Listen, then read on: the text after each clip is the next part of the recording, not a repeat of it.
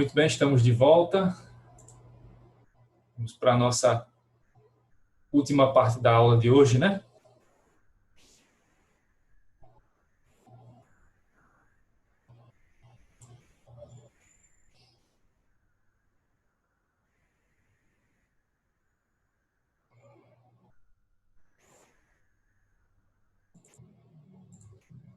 Muito bem. Então, voltando aqui.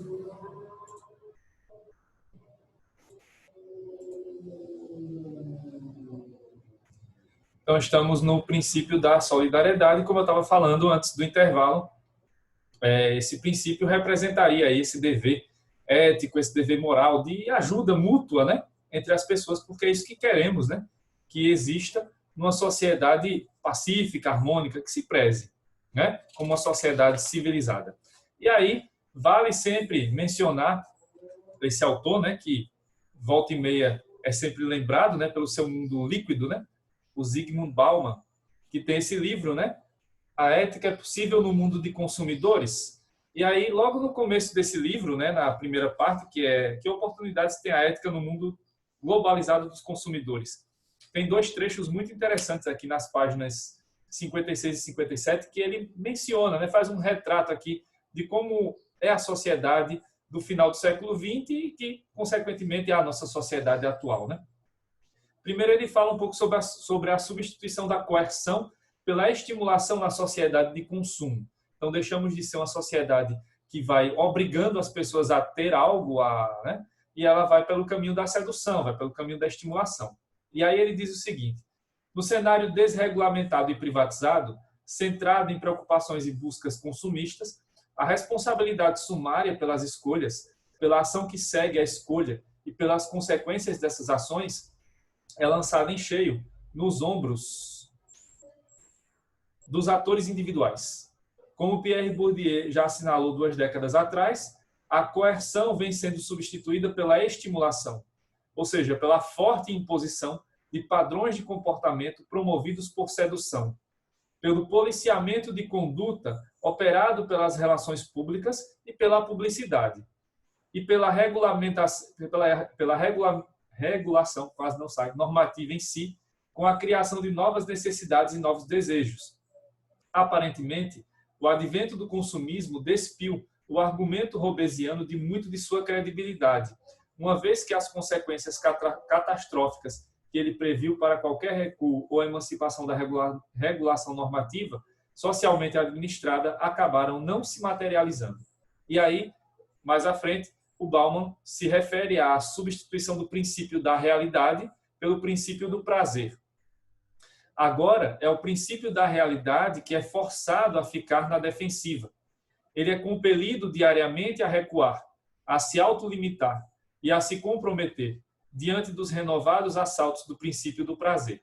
O que os poderes da sociedade consumista parecem ter descoberto e convertido em vantagem é que há pouco a ser ganho em servir aos fatos sociais, inertes, inflexíveis, considerados indomáveis e irresistíveis no tempo de Emily Durkheim, ao passo que atender às promessas infinitamente expansíveis do princípio do prazer prometem lucros comerciais infinitamente prolongáveis.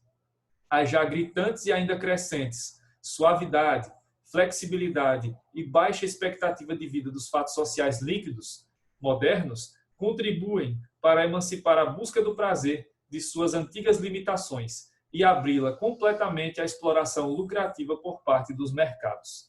Então, aqui no A Ética é Possível no Mundo de Consumidores, o Bauman faz essa análise, ou fez essa análise, né, bastante contextualizada, nesse final do século XX e agora primeiras décadas do século XXI, que também serve, nesse movimento, né, de crescimento do consumismo no mundo, né, e de como isso também se reflete nas nossas próprias relações sociais. Então, no mundo ideal, o ideal era que teríamos aí esse princípio da solidariedade sendo atendido, mas sabemos que isso não corresponde à realidade, né?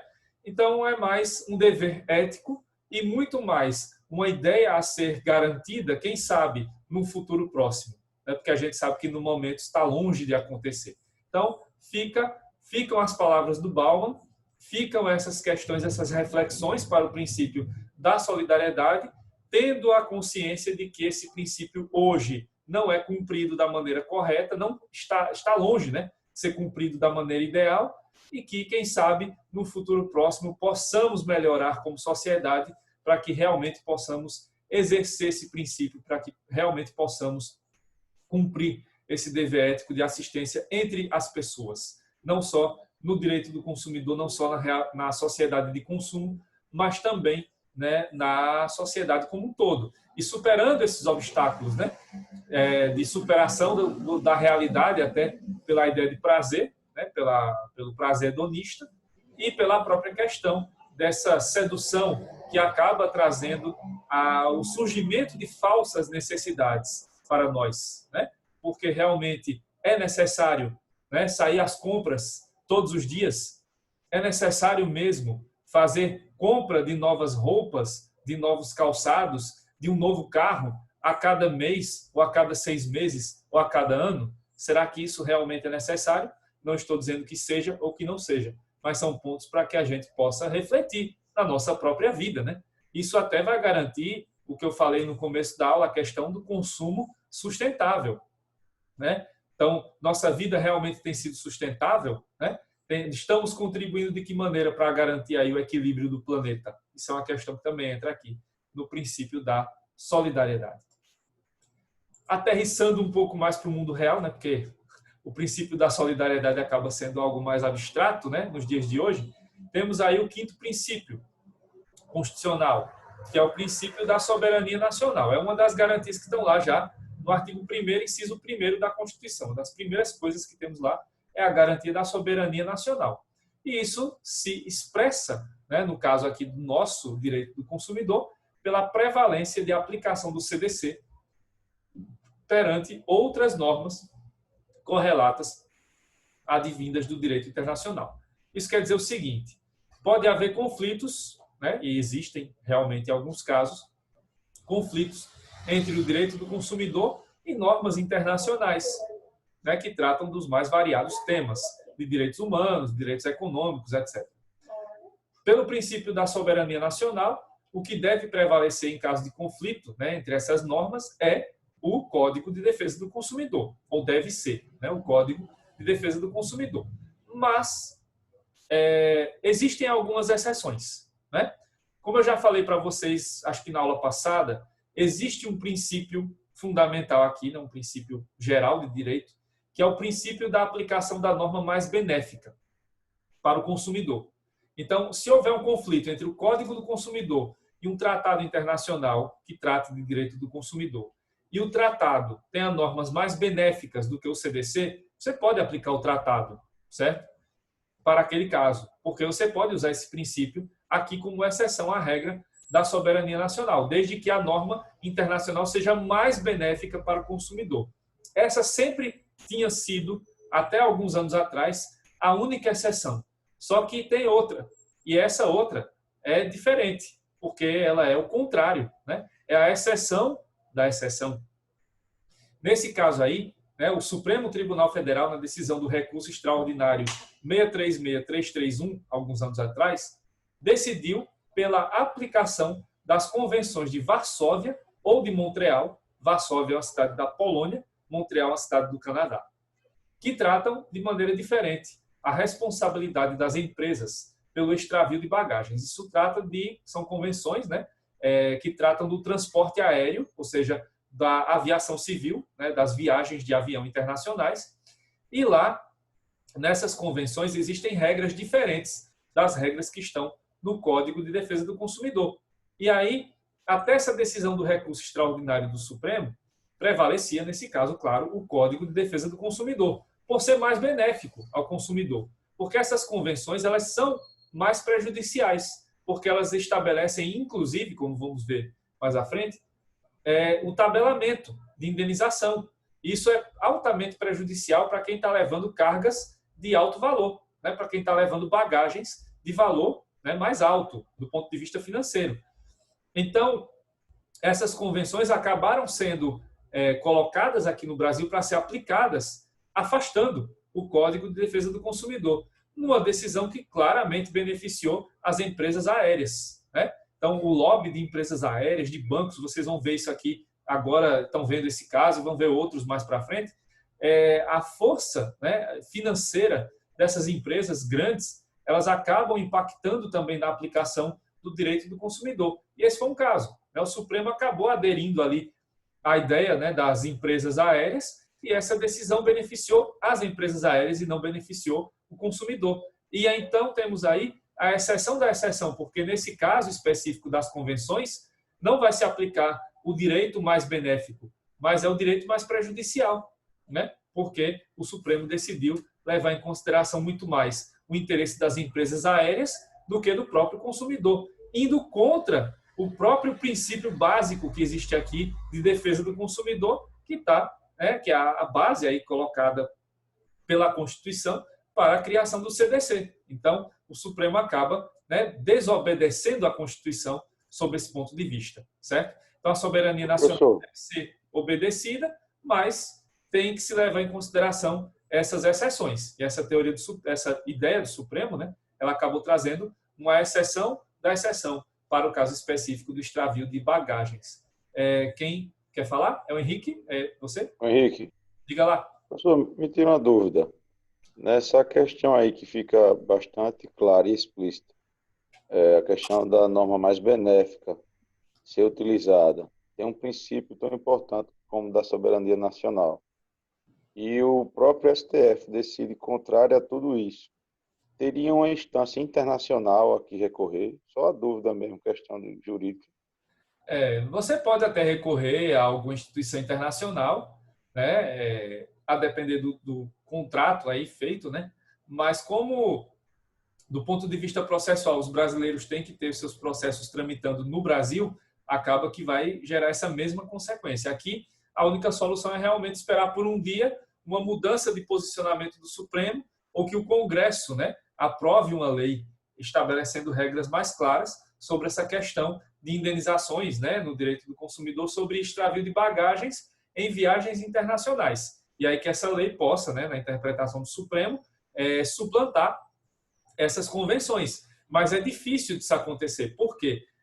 Mais à frente eu vou explicar mais detalhadamente esse embate aí entre o CDC e as convenções, mas do ponto de vista do direito brasileiro, as convenções internacionais elas estão no mesmo nível do CDC, ou seja, elas têm também, como a gente viu na aula passada, a eficácia supralegal. Então, elas estão acima da lei.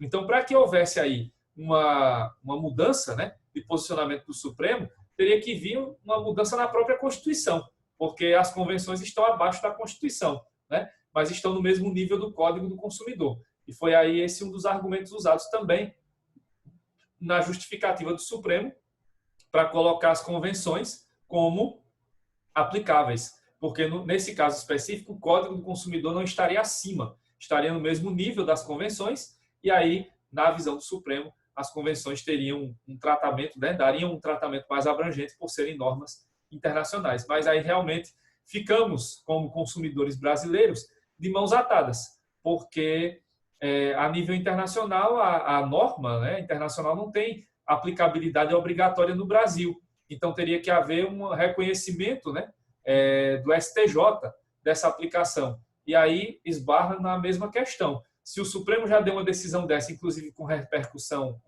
geral, o STJ tende a decidir da mesma maneira que o Supremo decidiu. E aí a gente entra nessa encruzilhada, nesse labirinto, né, em que no final o consumidor brasileiro vai acabar tendo ou vendo, né, a aplicação das convenções de toda forma aqui, né, em situações Não, obrigado. certo? Nada. Fica claro aí o tremendo lobby que é feito para uma decisão dessa. Exatamente, exatamente. E aí vocês percebem, né, que o Supremo nem sempre está agindo aí de acordo com a Constituição, né?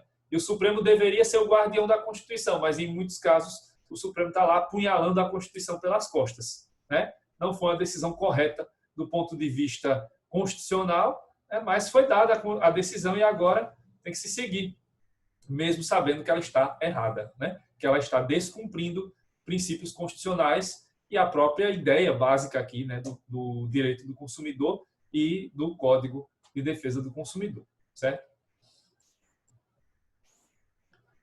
O outro princípio, na verdade, é um conjunto aqui de princípios, né, que são na verdade, só um desdobramento daquele primeiro lá que a gente, da liberdade, né, da livre concorrência e tal. Então, são os princípios específicos ligados à atividade econômica, né, que estão lá no artigo 170 da Constituição. Já falei deles, então vou passar rapidinho aqui por eles.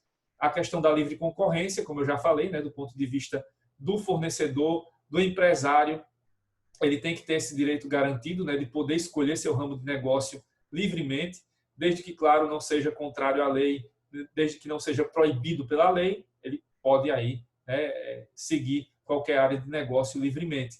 E a defesa do consumidor, que é a outra face, né, o fornecedor, o empresário tem que defender o consumidor, né? Ele tem que ter lá práticas justas, equânimes, de boa fé e que sempre levem em consideração o que pode acontecer para o consumidor. Ele tem que sempre ver as possibilidades e aquilo que trouxer, né, pelo menos em tese, prejuízos ao consumidor tem que ser afastado, tem que ser deixado de lado. E aí as práticas do fornecedor, do empresário, tem que ser sempre voltadas para garantir os direitos do consumidor. Isso, então, leva aí em consideração, né, essa questão do binômio qualidade-preço, que eu falei agora também um pouquinho antes, né? Então, esses princípios ligados à atividade econômica, eles se relacionam à garantia desse binômio, qualidade mais preço, ou seja, melhores produtos ou serviços a iguais ou menores preços. Então, isso reflete em duas situações. Primeiro, em relação ao produto. Em relação ao produto, o fornecedor tem que garantir aqui o melhor produto ou melhor serviço possível, né? Isso diz respeito ao bem com maior segurança, maior eficiência, maior durabilidade, com economia de uso, ou seja, que não gaste tanta energia, por exemplo, menor índice de quebra ou de vício e menor possibilidade de acidente ou de defeito. Então, um produto de boa qualidade ou com a melhor qualidade possível tem que atender a todos esses requisitos, né, para que ele possa ser colocado no mercado sem trazer grandes problemas ou grandes riscos para a saúde ou para a vida do consumidor. Por outro lado, tem a questão do preço, né? E aí o preço deve ser justo, não podendo ser abusivo, ou seja, o fornecedor não pode repassar ao consumidor os riscos do empreendimento e nem pode alterar unilateralmente o valor de um produto ou serviço já contratado previamente, claro, a não ser em casos específicos determinados pela lei. Então aí, quanto ao preço, o produto tem que ser de boa qualidade, claro, mas não é por isso que o preço vai ser exorbitante. Então não pode ser um preço abusivo, tem que ser um valor justo, né? Os riscos, né, os custos do empreendimento, os custos daquele negócio, não podem ser repassados integralmente para o consumidor. O consumidor não é culpado de ter imposto, né, sendo cobrado do governo. O consumidor não é culpado de ter custos de frete, né, e outras questões, né? Então, tem que ser um preço justo, né? Tem que ser aí um risco que o fornecedor também tem que correr, né, dentro da sua atividade de negócio. E quando você tem contratos que são feitos a tempo longo, né, a longo prazo, como, por exemplo, o financiamento de um imóvel, o financiamento de um carro, né, como exemplos, não pode haver alteração unilateral de preços, né, de valor de prestações, a não ser que isso tenha lá a determinação legal e a determinação, claro, contratual. Mesmo assim, não pode haver uma alteração excessiva, né, como acontece aí nos casos dos planos de saúde. Eles têm uma porcentagem, né, para dar de aumento anual. Não pode ultrapassar esse valor, né? Não pode ser um aumento de 50% de um ano para o outro. A não ser nos casos que estejam estabelecidos em lei, que, digo, não são justos, nem todos são justos, né? Aquela mudança de faixa de idade lá do plano de saúde não é justa, principalmente quando se vai chegando a idades mais avançadas, né? Então, as pessoas com mais de 60 anos têm preços que são extorsivos lá dos planos de saúde, apesar de ter a garantia da lei. O plano tem essa garantia de aumentar lá o valor quando se passa de uma faixa, mas isso não é uma garantia de um preço justo, né? Então, aqui tem que se levar em consideração esses fatores, mas de vez em quando você vai encontrar a lei também que vai desequilibrar essa balança, e aí o preço não vai ser tão justo assim, não, né? São alguns problemas, alguns percalços que a gente encontra na vida real aqui, né? Bom, aí temos outro princípio constitucional, que é o princípio da eficiência, né? Que é tão conhecido de vocês, que vocês estudaram no direito administrativo, né? O artigo 37 caput e o artigo 175, inciso 4º da Constituição. Aqui, especificamente no direito do consumidor, o princípio da eficiência ele é ligado aos serviços públicos. A gente vai ver que, mas na próxima aula, na seguinte, a gente vai falar sobre serviços públicos como serviços de consumo. Existem serviços públicos que entram no direito do consumidor. Água, luz, telefone, etc. Né? E aí, esses serviços públicos, eles têm que seguir, né, lá, tal como no direito administrativo, aqui no direito do consumidor também vai incidir o princípio da eficiência, né, que trata aí da questão de você prestar o melhor serviço possível, né, no menor tempo possível também, com a melhor qualidade, com um preço justo. Então, tudo isso entra aqui também na questão da eficiência. E aí, esse princípio especificamente aqui, ele é estudado quando vamos falar sobre serviços públicos. E por que ele não aparece nas atividades privadas? Num plano de saúde, por exemplo, ou na compra de uma mercadoria no comércio. Por que ele não aparece? Porque, no caso das atividades privadas, o dever de eficiência ele é considerado como intrínseco. Ou seja, qualquer atividade privada já tem subentendida, né, a questão da eficiência. Então, para que aquele produto chegue às suas mãos, para que aquele serviço privado chegue, né, na sua casa e para que você possa usufruir dele, já se tem um pressuposto que no direito privado essas empresas já agiram com a maior eficiência possível. Por isso que não se discute tanto a eficiência no ponto de vista privado. A discussão aqui é mais do ponto de vista público, certo? E, finalmente, chegamos ao princípio da publicidade. Publicidade ou propaganda, porque, no caso específico do Brasil, não há distinção constitucional, né, em relação à propaganda e à publicidade. Se bem que, se você for lá para o marketing, né, ou for buscar um conceito mais detalhado, você vai entender que publicidade e propaganda são diferentes. A propaganda ela é mais ligada ao governo, né, então é mais ligada à questão pública, propaganda de governo, e a publicidade ela é mais ligada ao mercado, então ela é mais ligada às atividades privadas, produtos, serviços de natureza privada. Mas a Constituição não faz essa distinção, certo? Então, ora vai se usar publicidade, ora vai se usar o nome propaganda na Constituição. Não houve esse cuidado, né, em estabelecer distinção, então a gente pode usar os dois termos aqui sem nenhum problema. A publicidade ou propaganda está lá no artigo 220, parágrafos 3º, inciso 2 e parágrafo 4º, artigo 22, inciso 19, artigo 5º, 60, artigo 37, caput e parágrafo 1º da Constituição. Todos esses tratam aí, em algum momento, da publicidade. E aí, como eu disse, né, o legislador constitucional não faz distinção entre os vocábulos publicidade e propaganda, e a questão aqui da publicidade, ela também tem um pouco da questão lá da solidariedade, ou seja, a publicidade deve sempre obedecer aos princípios éticos, devendo condizer sempre com a verdade, para não induzir o consumidor a adquirir aquele produto ou serviço com finalidade diferente à qual ele se destina. Só que, diferentemente da solidariedade, o princípio da publicidade tem consequências para o seu descumprimento, consequências claras. Inclusive, lá no direito do consumidor, vai ter a determinação do que ocorre se houver publicidade enganosa, publicidade abusiva, certo? A publicidade enganosa, né? Depois eu vou falar disso melhor, mas para diferenciar basicamente, né? A publicidade enganosa é aquela que vai nos induzir a erro. É aquela que diz, por exemplo, esse é o melhor produto do mercado. Ele é essencial para, por exemplo, curar determinadas enfermidades, mas ele não tem aquela cura, né, aquela propriedade curativa, ela não trata daquele problema, não trata daquela doença. Isso é propaganda enganosa, né? Como aqui estão fazendo aí à torta e à direita sobre determinados tratamentos que já se confirmaram como cientificamente incabíveis para a Covid-19. Isso é propaganda enganosa, né? Mas e aí, o garoto propaganda vai ser punido? É a empresa geralmente que vai ser punida, né? O garoto propaganda está só lá fazendo a propaganda, né? E muitas vezes ele vai sair impune, como está acontecendo com o garoto propaganda da droga, que vocês sabem de qual estou falando, né?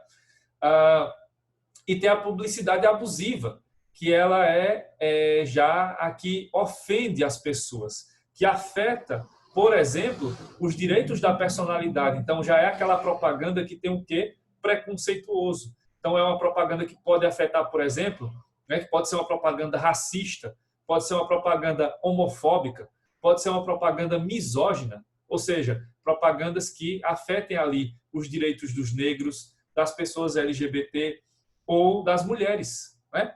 Entre outras questões que podem aparecer aí. Então, a propaganda abusiva ela vai mais além, ela é uma situação muito pior, né? Porque ela vai levar realmente a ofensas maiores a determinados grupos sociais, né? Então, isso vai gerar consequências e o próprio Código do Consumidor já estabelece claramente, né, quais são as consequências de quem utiliza publicidade enganosa ou publicidade abusiva.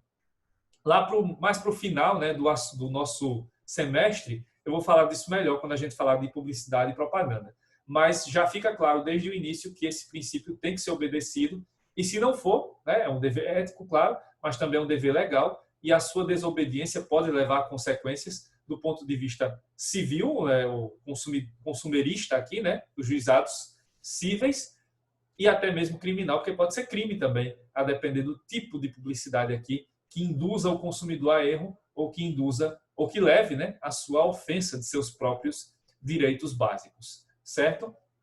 Então, esses são aí os princípios constitucionais, né, que incidem no direito do consumidor. São vários, né, os princípios constitucionais, mas esses 8 são os que incidem de maneira mais clara no direito do consumidor.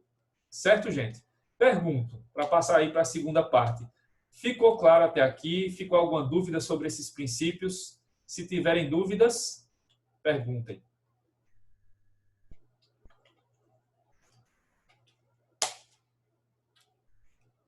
Beleza. Então, professor, Oi. esses primeiros princípios, eles são princípios constitucionais que são totalmente aplicados ao CDC, né? Porque agora vai entrar outra fase de princípios, né? Isso. Porque agora a gente vai ver princípios que existem no Código de Defesa do Consumidor. O nosso Ok, Código do Consumidor ele tem essa característica, né, diferente de outros, que ele traz princípios bem claros. específicos. Exatamente, porque tem essa natureza principiológica que eu falei na aula passada, né? Então a gente tem princípios constitucionais que incidem aqui, né, indiretamente, e os princípios do direito do consumidor mesmo, do CDC, que vão incidir diretamente, certo? Certo, ok. Beleza. Então, o primeiro princípio, que é o mais amplo, né, os princípios fundamentais do CDC, o primeiro princípio aqui é o princípio do protecionismo do consumidor, que tem fundamento no artigo 1º e no artigo 4º, inciso 2 do CDC. Para facilitar aqui nosso tempo, né, eu trago já a leitura dos próprios artigos. Tá?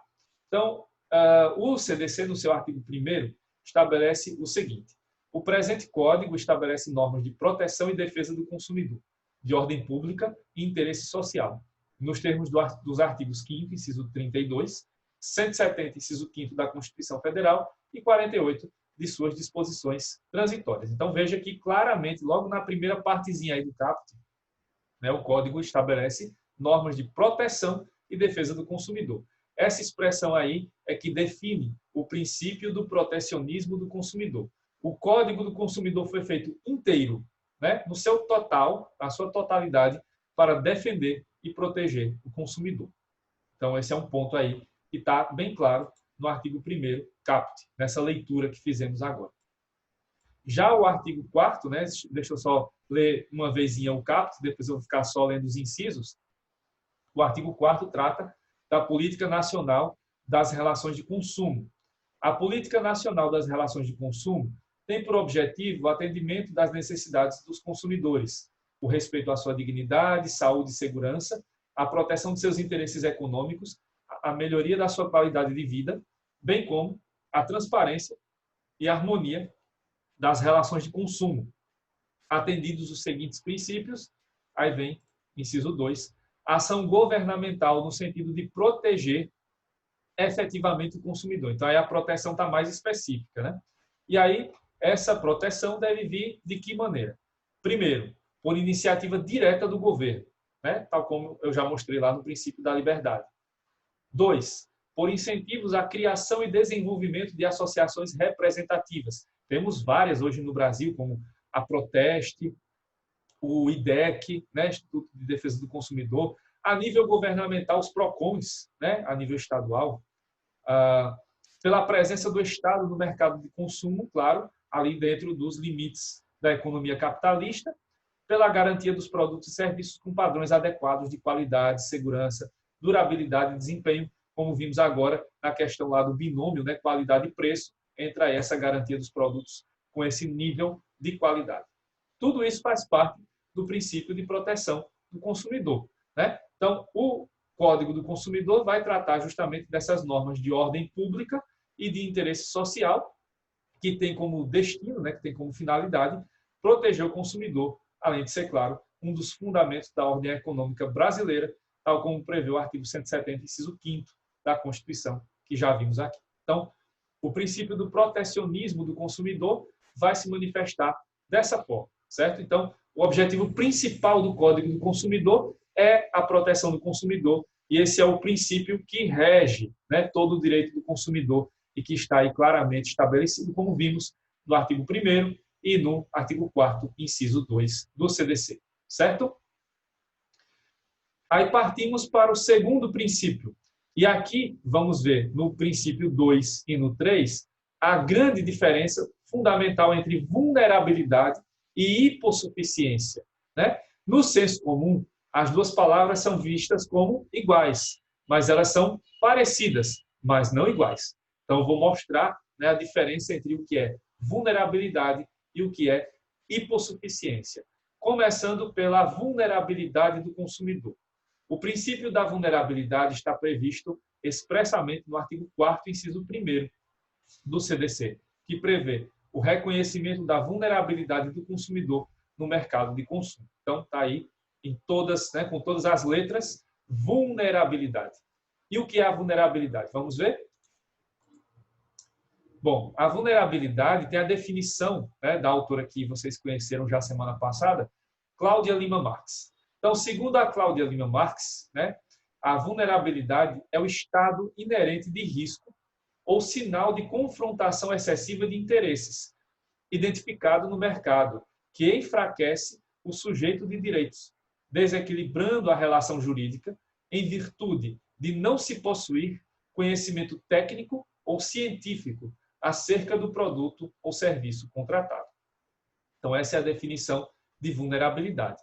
A vulnerabilidade é um estado de risco, uma situação de confrontação excessiva de interesses, em que vai haver aqui o desequilíbrio da relação jurídica, já que o consumidor não vai ter conhecimento técnico e nem conhecimento científico sobre aquele produto ou aquele serviço.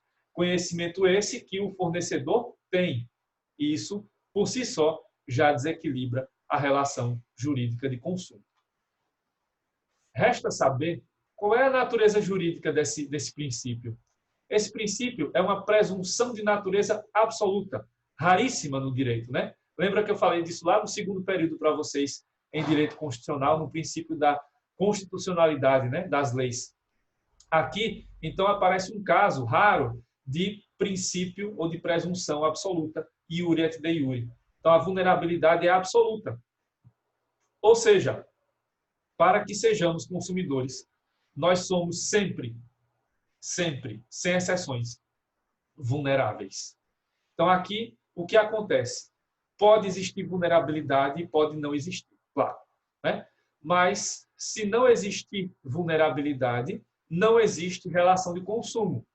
Para que exista relação de consumo, é necessário, obrigatoriamente, que o consumidor seja vulnerável. Então, a vulnerabilidade é a condição sine qua non, a condição sem a qual existe o direito do consumidor, certo? Então, o princípio da vulnerabilidade está inserido totalmente no direito do consumidor, porque sem vulnerabilidade não existe consumidor. Então, o princípio da vulnerabilidade sempre existirá no direito do consumidor, certo? Então, vulnerabilidade sempre existe. O consumidor é sempre vulnerável, sempre. Se ele não for vulnerável, então ele não é consumidor. Então, não é uma relação de consumo. Tira daqui e vai para outra área do direito, né? Porque no direito do consumidor, o consumidor é sempre vulnerável, certo? E aí temos, né, hoje já há muitos anos essa questão, mas isso aparece cada vez mais, né? Que é a questão da situação de termos consumidores hipervulneráveis, né? Nesse caso, temos consumidores que são mais vulneráveis do que outros. Existe isso? Existe, né? E aí, por diversas razões. E aí, nesse caso, os consumidores hipervulneráveis vão ter um tratamento específico. Além da defesa do Código do Consumidor, podem ter defesa específica nas suas leis próprias. Crianças e adolescentes no ECA, no Estatuto da Criança e do Adolescente. Jovens, até 29 anos, o Estatuto da Juventude. Idosos, o Estatuto do Idoso, né? Que é a lei lá de 2003, mas em 2017 se fez no Estatuto do Estatuto, né? Em que se deu maior prioridade aos maiores de 80 anos. Então, se houver idosos, maiores de 80 anos serão atendidos primeiro do que os que tenham menos de 80 anos, por exemplo. E as pessoas com deficiência, que é a Lei Brasileira de Inclusão, a Lei 13.146 de 2015. Então, quando se tratar desse tipo de consumidores, a vulnerabilidade deles é ainda maior. Então, a desigualdade é ainda maior. E as consequências disso para a concessão dos direitos do consumidor serão também diferentes daquelas pessoas que não se enquadrem nesse conceito dos consumidores hipervulneráveis. Então, a proteção para esses consumidores deve ser ainda maior do que para o consumidor comum, né? Porque esses aí são vulneráveis em excesso, né? Ou muito mais vulneráveis do que a média, por várias razões. Crianças, porque não tem como fazer a distinção entre o que é real e o que é fictício, numa propaganda, por exemplo, né? Para os jovens, tem as concessões, por exemplo, de meia entrada, né? Para os idosos, tem toda aquela questão, né, da prioridade de atendimento e outras questões. E as pessoas com deficiência, para garantir a inclusão de todas essas pessoas na sociedade. Então, tudo isso representa o que chamamos de consumidores hipervulneráveis, que vão ter uma proteção ainda maior do direito do consumidor, aliada a essa questão das leis específicas, certo? E, finalizando, a gente tem a hipossuficiência do consumidor, que é o artigo 6º, inciso 8º, né? Que prevê entre os direitos básicos a facilitação da defesa de seus direitos, inclusive com a inversão do ônus da prova a seu favor, no processo civil, quando, a critério do juiz, for verossímil a alegação ou quando ele for hipossuficiente, olha o nomezinho aparecendo, segundo as regras ordinárias de experiências. Então, a base aí para o princípio da hipossuficiência é o artigo 6º, inciso 8º do CDC. Bom, aí, qual o conceito de hipossuficiência?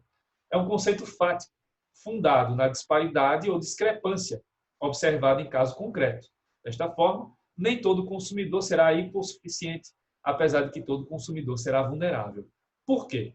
Porque a natureza jurídica da hipossuficiência é de presunção de natureza relativa, ou seja, iuris tantum, ou seja, pode haver prova em contrário. Pode ser que o consumidor não seja hipossuficiente.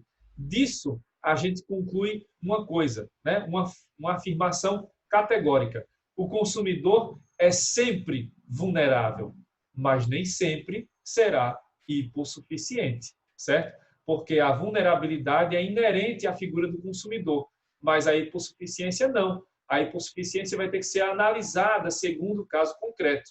E aí, se for confirmada a hipossuficiência, beleza. Se não, segue a relação jurídica normalmente. Na aula que vem, né, na próxima semana, eu vou aprofundar mais isso, porque tem as formas de hipossuficiência, né, as espécies, e aí vamos ver como é que ela funciona na prática, certo? Terminando aqui a aula de hoje. Qualquer dúvida, falem logo no início da próxima aula, na próxima terça. Boa noite, gente. Tchau, tchau.